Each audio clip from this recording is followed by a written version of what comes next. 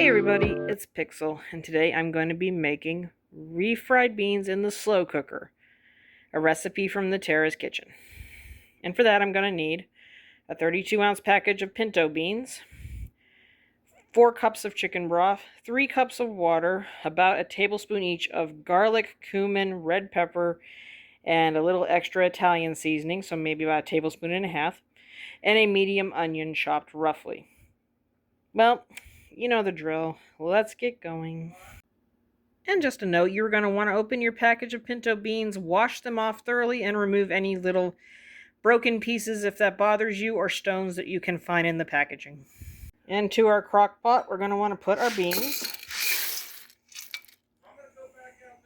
We're going to sprinkle in our garlic, cumin, and red pepper, and then we'll throw in our Italian seasoning over that. All that's left is to add our onions to the top and our 4 cups of chicken broth. Now, you're going to leave your 3 cups of water to the side, and we will be adding that in slowly but surely over the next 9 hours as our refried beans cook on high. About halfway through, your beans are going to start looking really nice, and if you think that they're sticking or that you need the rest of your water, you can add that in now. Mine, I think, are doing all right.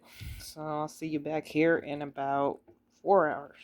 All right, it's been 9 hours on high. The beans are cooked thoroughly.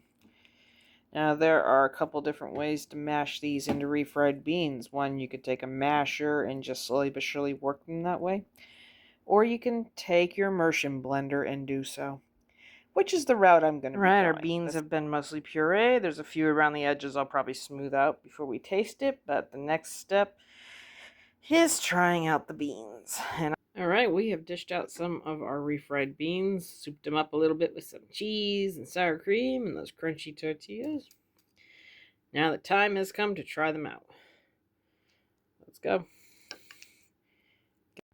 I'm also going to grab a bite of it alone without some of the toppings. Well, these refried beans are really awesome. I like the little kick in it from the red pepper flakes, and you can definitely taste some of the cumin in them. So if that's not a flavor you love, maybe taste it a little less. I'd like to thank the Terrace Kitchen for making this recipe and posting it about a year ago. I think she was a good inspiration to the cooking and gaming community, and she's very missed.